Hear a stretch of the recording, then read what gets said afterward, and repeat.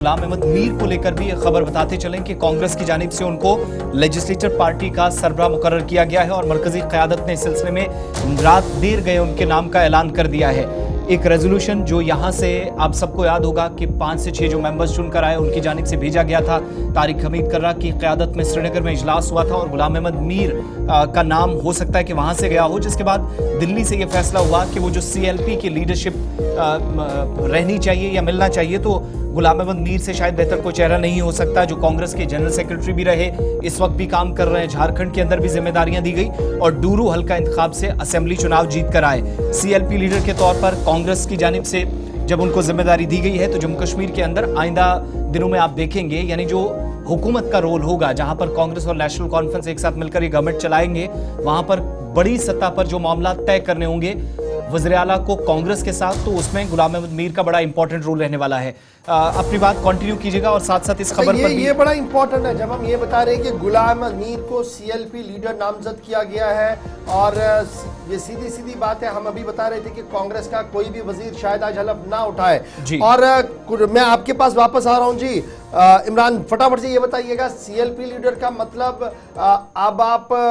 Ministerial दौर से बाहर हैं, तो फिर क्या हम ये समझे कि जो खबर आ रही थी कि शायद डिप्टी स्पीकर का ओहदा कांग्रेस के पास जाएगा, जिसको लेकर शायद कांग्रेस उतनी मुतमईन नजर नहीं आ रही थी, और यही वजह होगा कि CLP लीडर बनाने के बाद राह हमवार की गई तारिक कर्रा साहब के लिए कि वो काबीना में जाकर कांग्रेस के लोगों की भी और रियासत के लोगों की खिदमत कर सकें? जी देखिए, बैकडोर चैनल्स पे मुसलसल ये बातें हो रही थी और जो हमें भी इतलात मिल रही थी कि कांग्रेस की तरफ से कुछ डिमांड्स रखी जा रही थी सामने के। एक तो जैसे आपने कहा डिप्टी स्पीकर या कैबिनेट में एक या फिर राज्यसभा की भी बात हो सकती थी, या जैसे कि हमें इतलात मिल रही थी, लेकिन चूंकि राज्यसभा का शायद उस पर कंसेंसस होना मुश्किल है। लेकिन जिस तरीके से कल अहम डेवलपमेंट हुई कि गुलाम अहमद मीर सीनियर लीडर है कांग्रेस के और एक बड़े मार्जिन से वो जीत के भी आए हैं और अलग अलग स्टेट्स में उन्होंने कैंपेनिंग भी, इवन कि एक स्टेट के लिए वो अभी भी स्टार कैंपेनर के तौर पर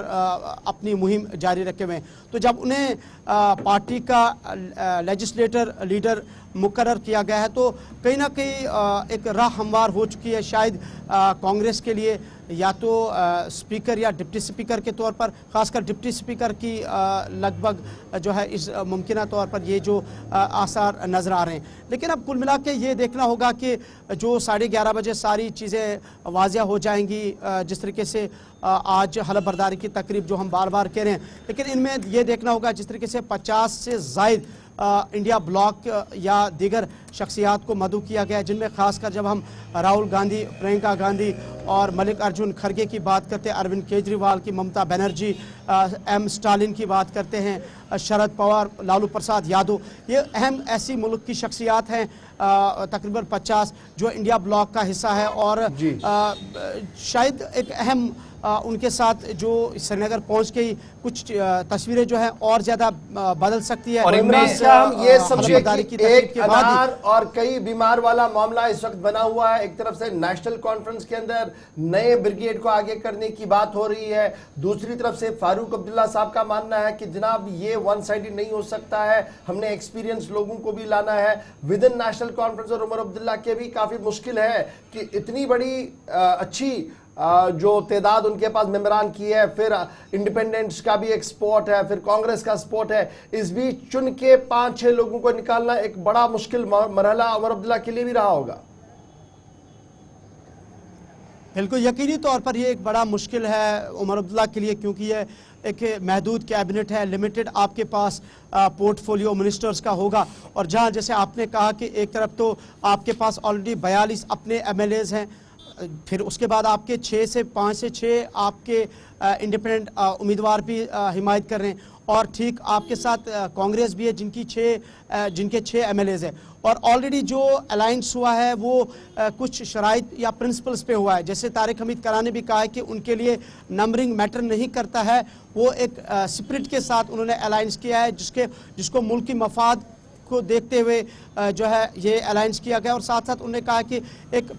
डॉक्यूमेंट ऑफ प्रिंसिपल्स पे ये अलायंस हुआ है। सो अगर ये किसी उसूल के मुताबिक अलायंस हुआ है तो यकीनी तौर पर नेशनल कॉन्फ्रेंस के लिए चैलेंज तो है, लेकिन वो सारी चीजें मद्देनजर डॉक्यूमेंट ऑफ प्रिंसिपल की जहां तक हम बात करें, अभी तक वो डॉक्यूमेंट ऑफ प्रिंसिपल कहीं पर नहीं है, सिर्फ सीट शेयरिंग तक ही महदूद रहा। क्योंकि अगर डॉक्यूमेंट ऑफ प्रिंसिपल पर बात करेंगे तो देन स्ट्रेटली बात जाएगी 37035A जो एक कोर इशू है नेशनल कॉन्फ्रेंस के लिए, वहां पर पेच फंसता हुआ कांग्रेस का नजर आएगा। अगरचे वो स्टेटहुड की बहाली की बात कर रहे हैं और उमर अब्दुल्ला जरूर स्टेटहुड की बात करें, उनके लिए बुनियादी मौक़िफ़ 3705 अगस्त 2019 के फैसले को सरीहन खिलाफ वर्जी है। और यही वजह है कि गुज़श्ता दिनों जब खबर आ रही थी कि शायद आगा सईदुल्लाह मेहदी साहब भी नाराज थे उमर साहब के एक व्यू पॉइंट से, लेकिन बाद में वो हवा भी क्लियर हुई, आगा साहब ने अपने तरीके से क्लियर की, उमर ने अपने तरीके से क्लियर, लेकिन वो प्रिंसिपल ऑफ डॉक्यूमेंट की जहां तक बात करें वो अभी तक भी कहीं नहीं है। अनकंडीशनल सपोर्ट ही हर तरफ से है।